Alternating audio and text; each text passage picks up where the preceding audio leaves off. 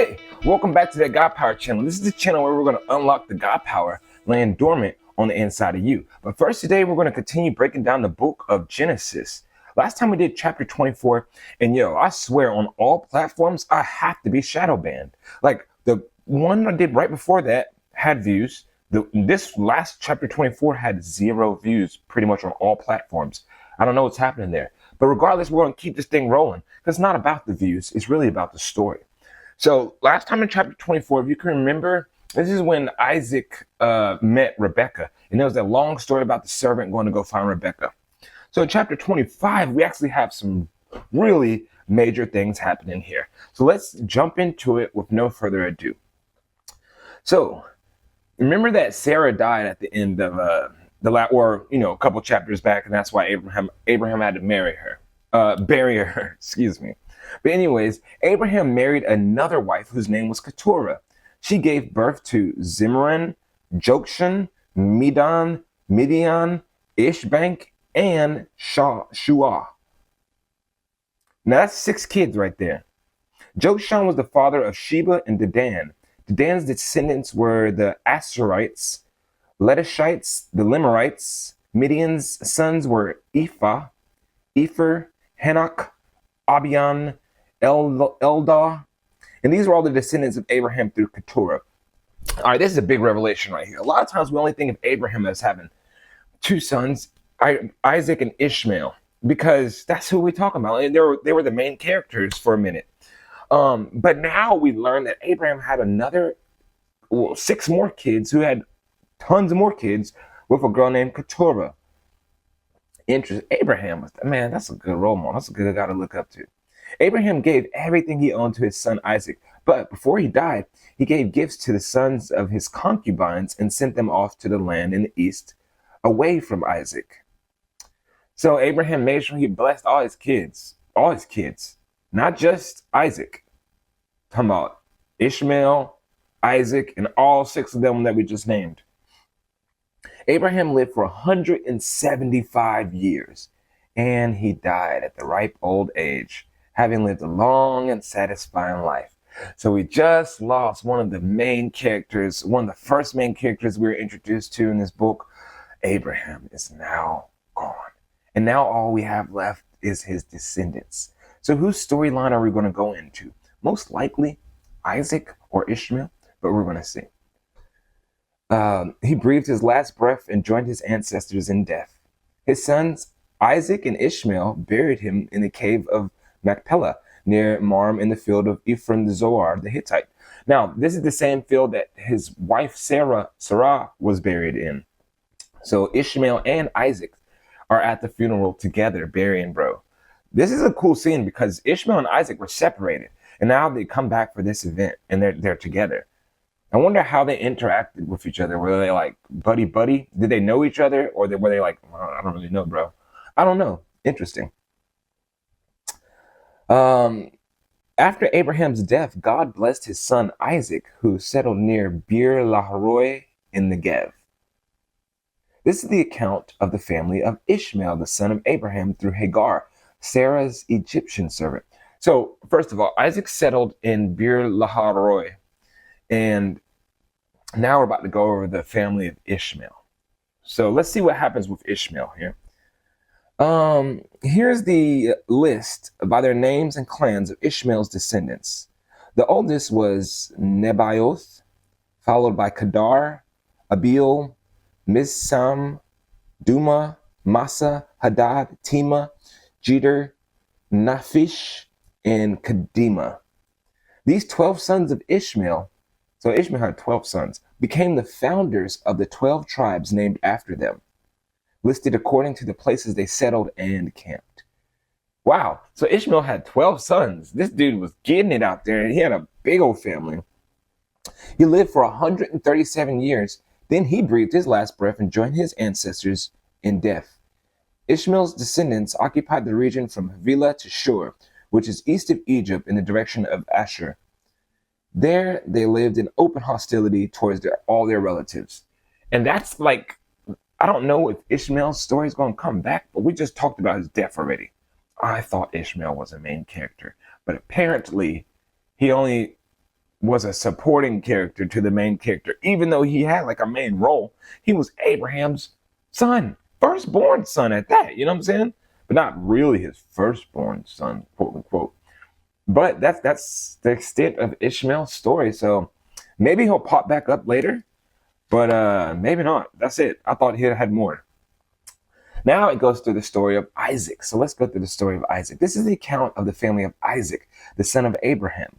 When Isaac was 40 years old, he married Rebekah, the daughter of Bethuel, the Aramean from Pada Aram, and the sister of Laban, or Laban, the Aramean.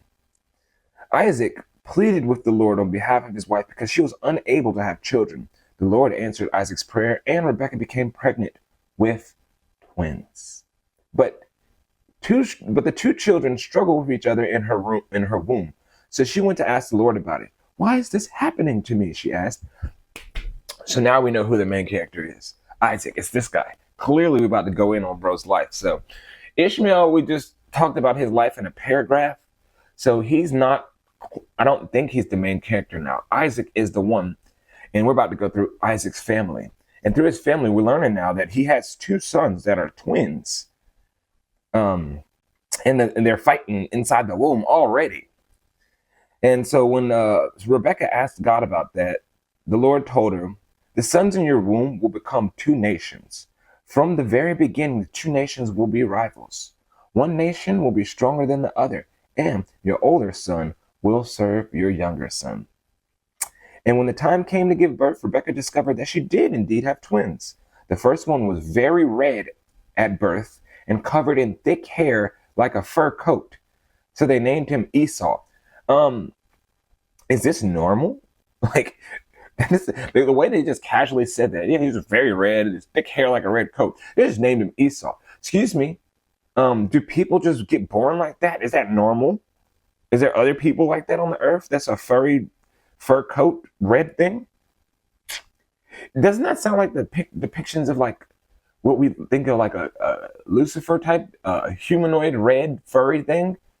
Is that where they got the imagery from? I don't know. I'm just guessing. I'm just trying to think because that's so weird to me. They're just a red dude. He was very red at birth. Whatever. He was red. Like him from like him from the Powerpuff Girls.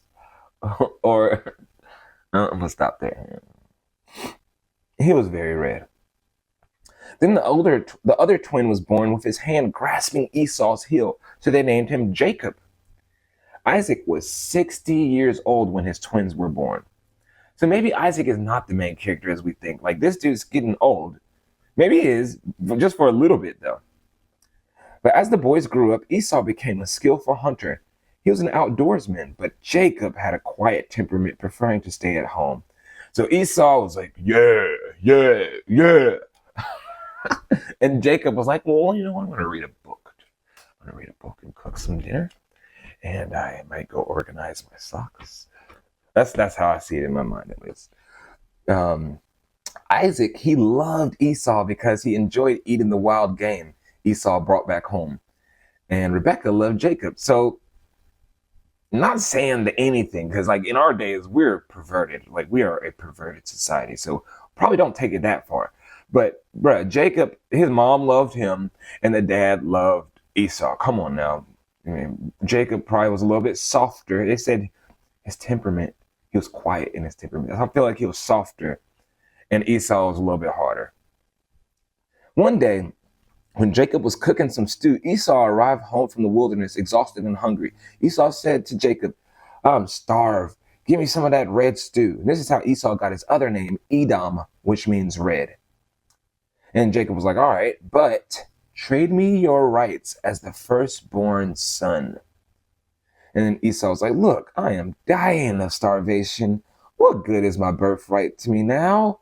But Jacob said, first, you must swear that your birthright is mine. So Esau swore an oath, thereby selling all his rights as the firstborn to his brother Jacob. Then Jacob gave Esau some bread and some lentil stew. Esau ate the meal, then got up and left. He showed contempt for his rights as the firstborn. So Esau was kind of angry, a little bit upset that that his rights got taken away. The bro was hungry, bro. He was hungry. He was hungry.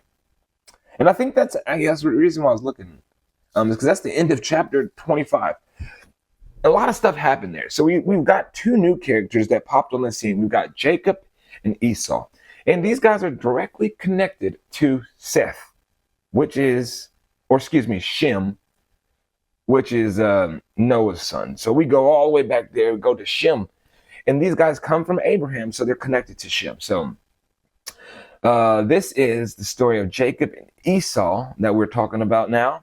Remember, Esau's a red, hairy dude, outdoors guy. Jacob is just like the chill guy, just a chill guy, you know, wants to read a book and organize the linens and cook the stew. And that's Jacob. So thank you for joining me in chapter 25. I hope you learned something. It's quite a long chapter. It took me, again, 2 days to take notes on it. But chapter 26 is short. And we'll see some characters that we've seen in the past coming up in chapter 26. So please stay tuned for chapter 26. And remember to do something good, be good, feel good. Ooh, here's something. If you've done wrong and you think there's no redemption, God has a whole bunch of mercy and grace. God's rooting for you to come back to his side. So come back, bro. You're not too far gone. I promise you that. You're not. It's just not. There's no way. But anyways, just remember that you got that God power. On your heart, tugging on your... Get them.